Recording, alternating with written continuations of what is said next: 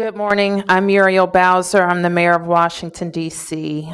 I am here to talk about a heinous crime in our community and to ask for the public support in bringing justice to a 15-month-old baby and his family.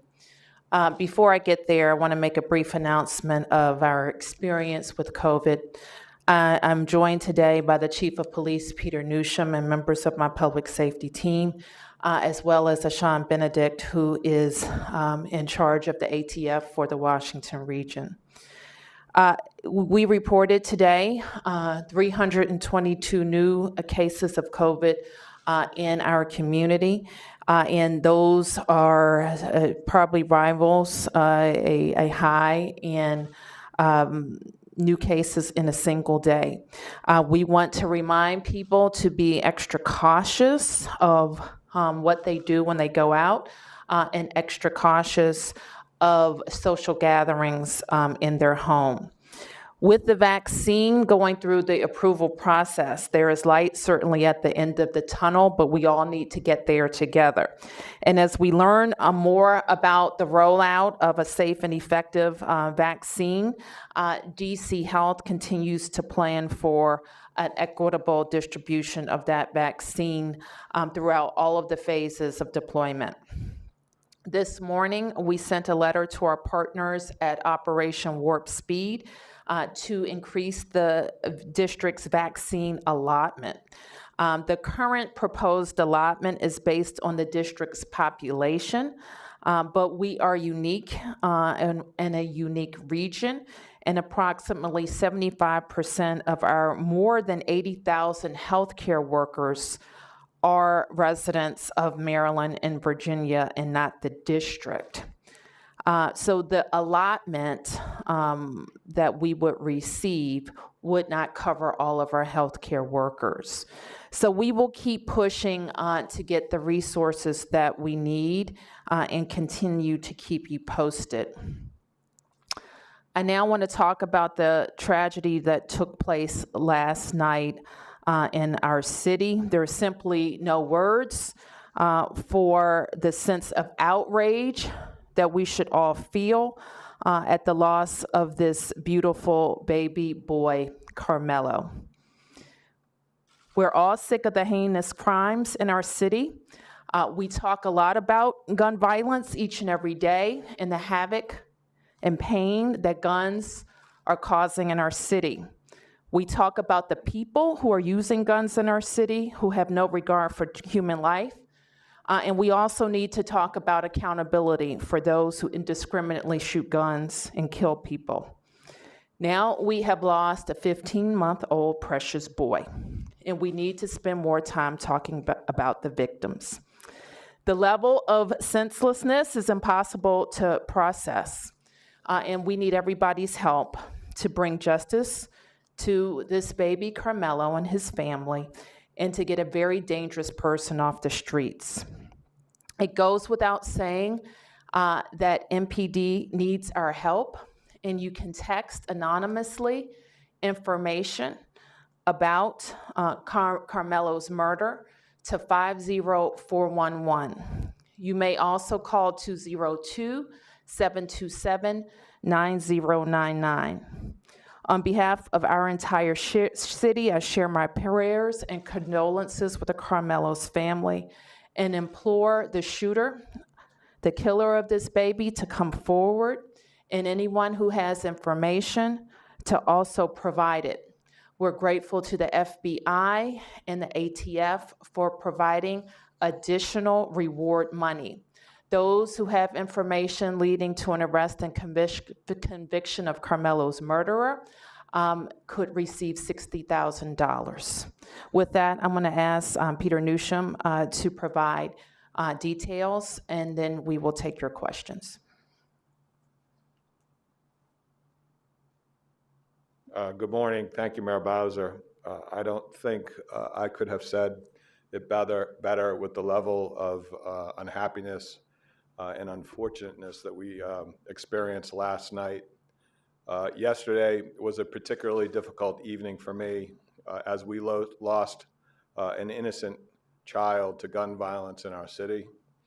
This is our 187th homicide this year, and Carmelo was the youngest homicide victim of gun violence in our city so far this year. Each of you know my stance on illegal firearms, their prevalence in the district, and MPD's commitment to remove them from the hands of violent offenders, but that's not what I'm here to talk about today. Today, my energy will be spent on bringing the community together to find the person or persons that are responsible for killing this beautiful little boy. As you may be aware from my briefing last night, at about 9:35, a little after 9:35 p.m., our shot spotter technology detected multiple rounds in the 6th District.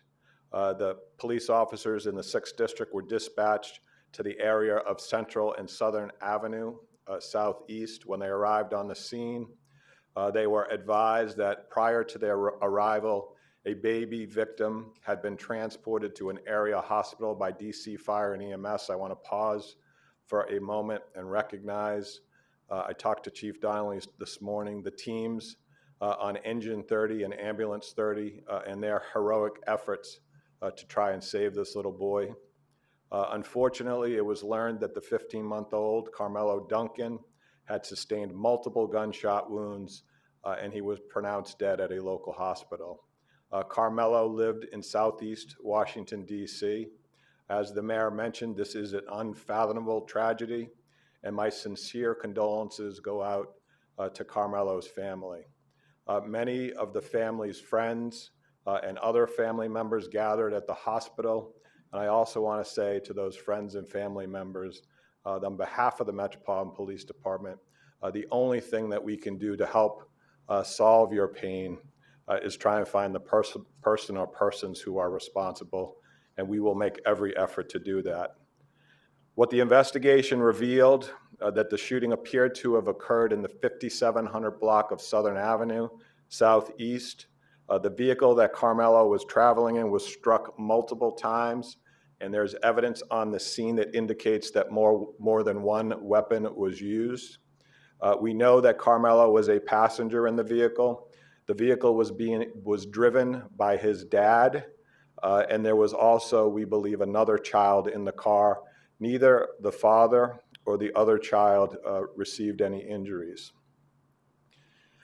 We are obviously going to continue to canvass the community for any possible video. If we do come up with images of significance, we will share them with you. I am convinced that the members of our community will not tolerate this.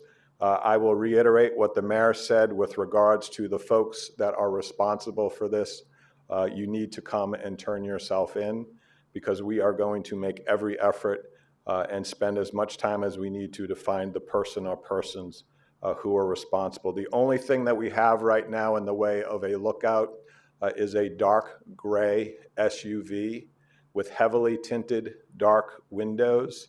And anybody that was in the area or who lives in the area that may have seen something like that last night around 9:30, you can either text us or call us on 202-727-9099. You can text us at 50411. I want to thank the FBI and the ATF, Ashan Benedict. Thank you very much. Ashan and his team reached out to me immediately and said that they wanted to increase the reward money that was available in this case. And as the mayor mentioned, the reward that is available for an arrest and conviction in this case is $60,000. We can take any questions that you all might have. Hi, Sierra Fox, reporter at Fox 5. Homicides are up nearly 20% compared to last year. What's the root cause? What's the what? The root cause, you think?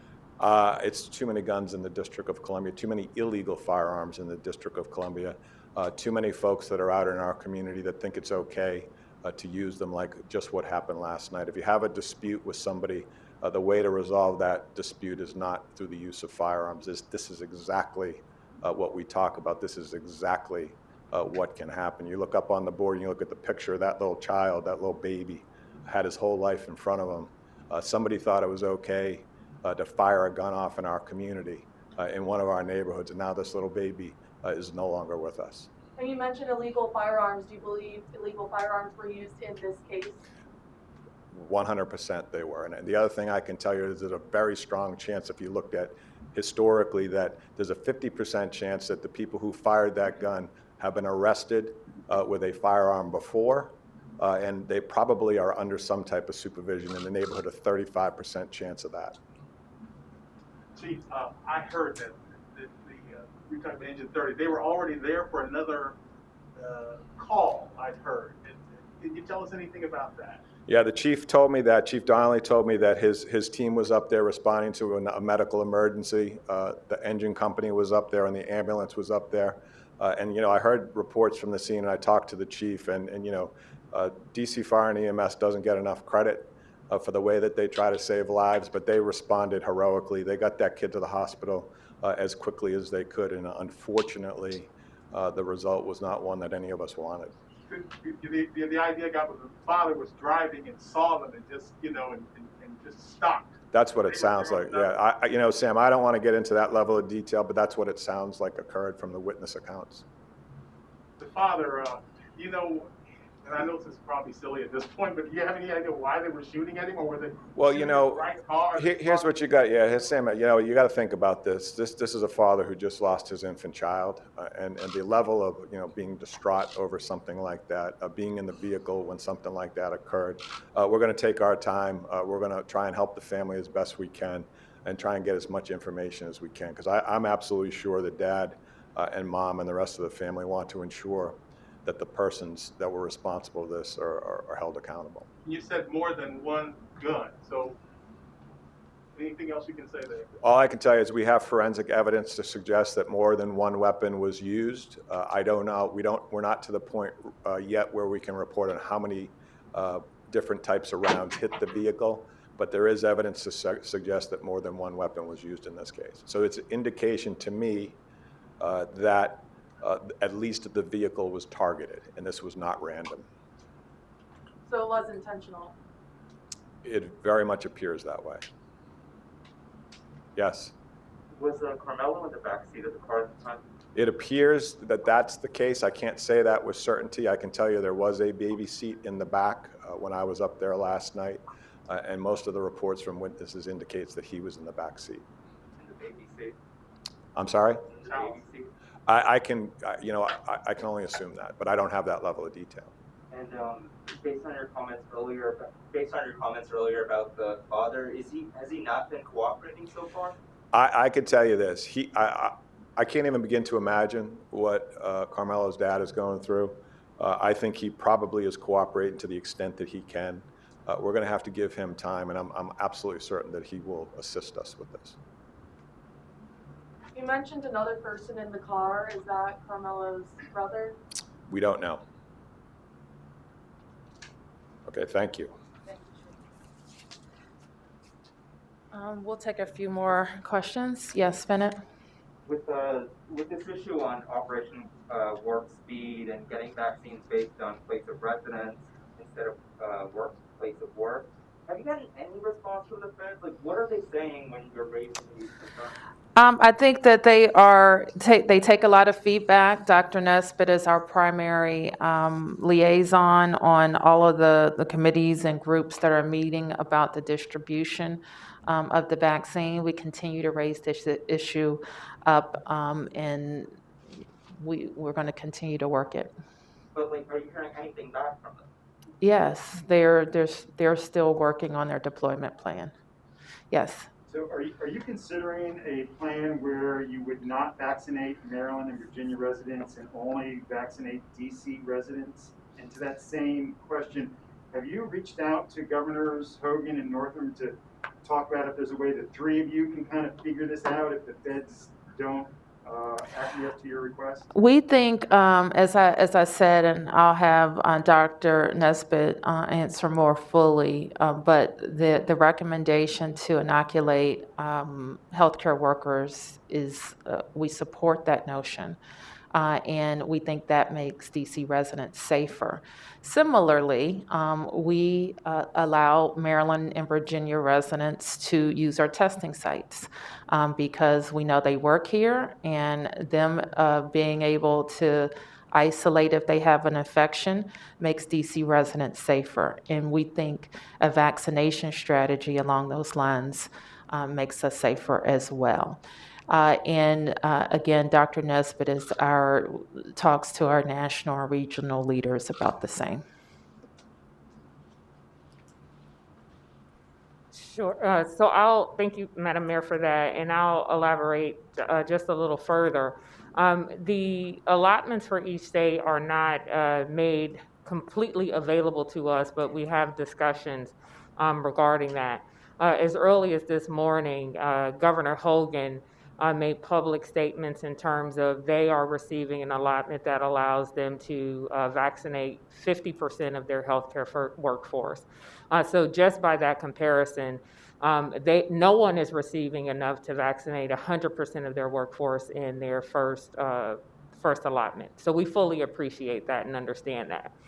But recognizing that the vast majority of states are receiving sufficient supply to vaccinate 1/3 to 50% of their workforce in the district, because of this staunch policy position that the allocation should be based on resident population and not workforce population, significantly disadvantages the district if our allotment allows us to vaccinate 1/10 or 10% of our healthcare workforce, while other states can quickly vaccinate 1/3 or 50% of their healthcare workforce. That's just not the definition of an equitable approach to vaccine allocation.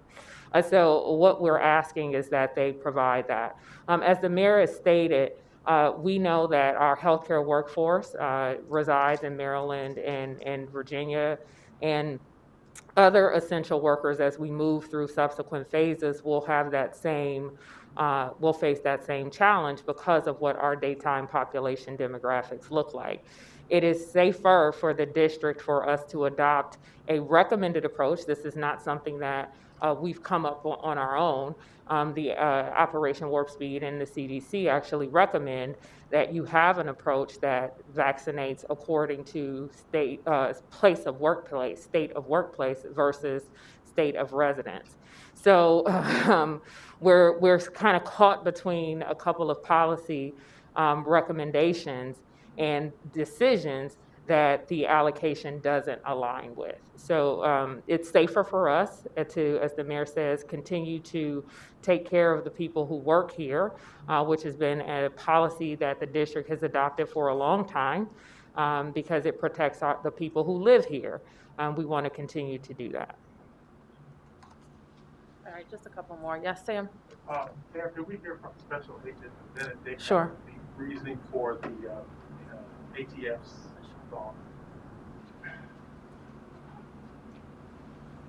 Good morning. From ATF, we also offer our thoughts and prayers and condolences to the family of Carmelo.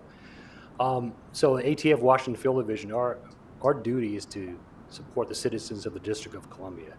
So as a sole federal agency dedicated to firearms suppression, violence, gun trafficking, we partner with MPD every single day to investigate cases like this. This one jumps out at you immediately. My team alerted me that a 1-year-old was killed last night, and that's unacceptable to me as a citizen of the District of Columbia, and I think everyone should feel the same way.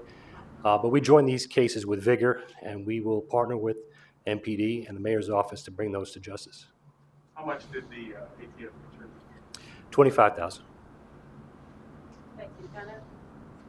So the health department told us this week that you have a policy of not disclosing case clusters when we asked about cases linked to the MAGA march. Why does the city have this policy when you've disclosed outbreaks at Georgetown Church and related to the White House before? And how does it help public health to not tell residents where cases are originating from? I'm not sure I follow your question.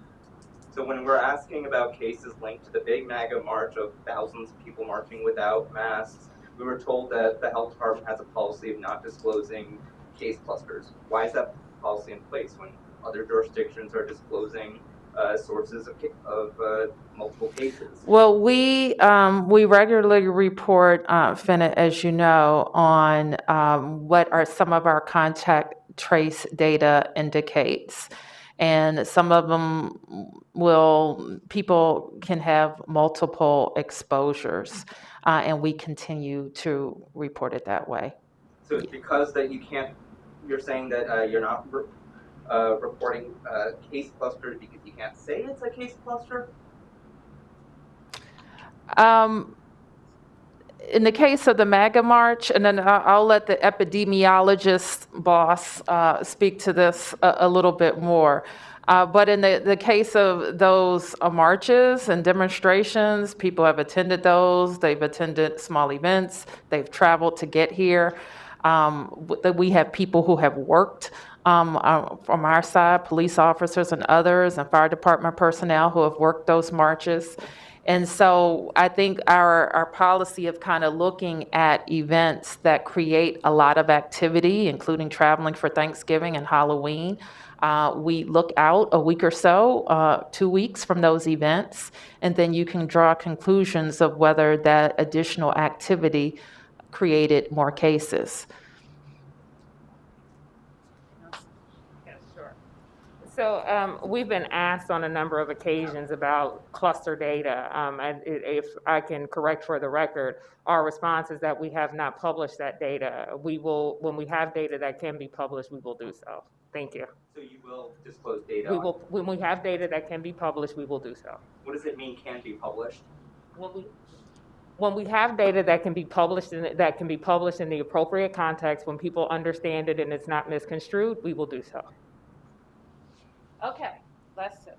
And let me just say, I understand that Fennett is blowing the popsicle stand of our beat for the City Hall beat for the Washington Post, but staying with the Washington Post and covering, I think you said Biden administration and healthcare. So we want to thank you for your service to the people of the District of Columbia. Thank you, Fennett.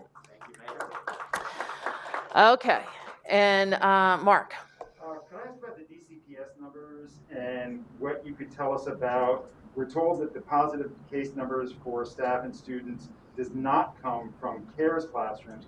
Can you tell us what classrooms, what schools, and what the denominator would be? How, you know, of the positive cases that we are seeing in DCPS, how many people were actually tested? What universe does that come out of? To give us an idea of. And you're asking me, we have a protocol about how we're going to talk about school numbers, and that protocol is being followed. And Dr. Nesbitt may remember all the details of it better than I do.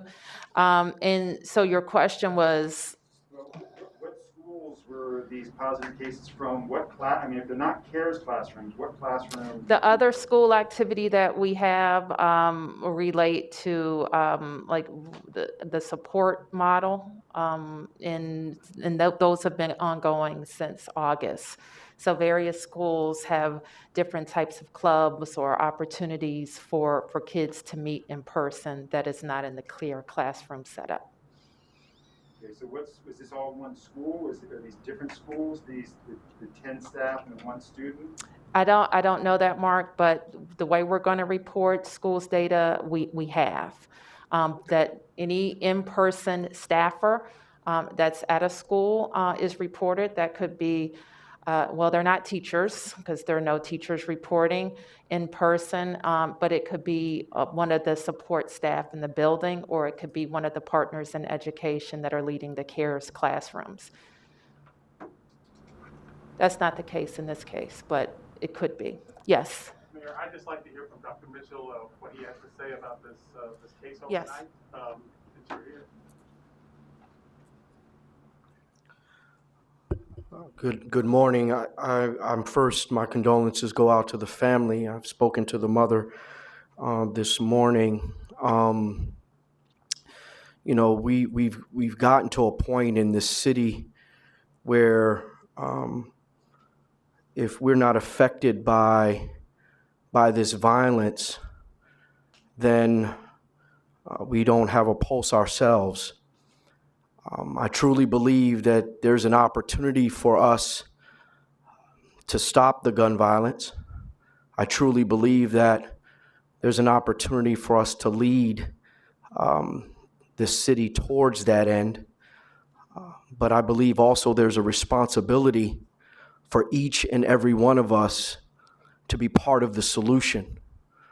That this solution is not purely a government solution, but it's going to take both community and faith leaders and nonprofits and for-profits and business tables and entrepreneurs. It's going to take all of us if we're going to lead towards a decrease in violence in this city. I must say that the ground is calling out. There's too much blood that has been shed in this city and in this country. And so my heart is aching. My heart is aching, and I believe that we truly have an opportunity. And so just to echo the words of the chief of police, if you know anything about this case, if you know anyone connected to the murderers of Carmelo, then we need to step forward so we can also bring people to justice, but bring closure and bring healing to the family. Is there any comment that you can make regarding your conversation with the mother? Well, again, in my role as the chief medical examiner, I make contact with families. And so just knowing that she knows that the city is here for her, and that my office is here to support her, particularly during this time. And so we will continue to work with the family. Okay, last question. All right, I've got a very confrontational and pointed question for you as my last one. What do you think about the John Wall trade? I don't know anything about the John Wall trade, but I'll find out about it and comment at a later date. Thank you, everybody.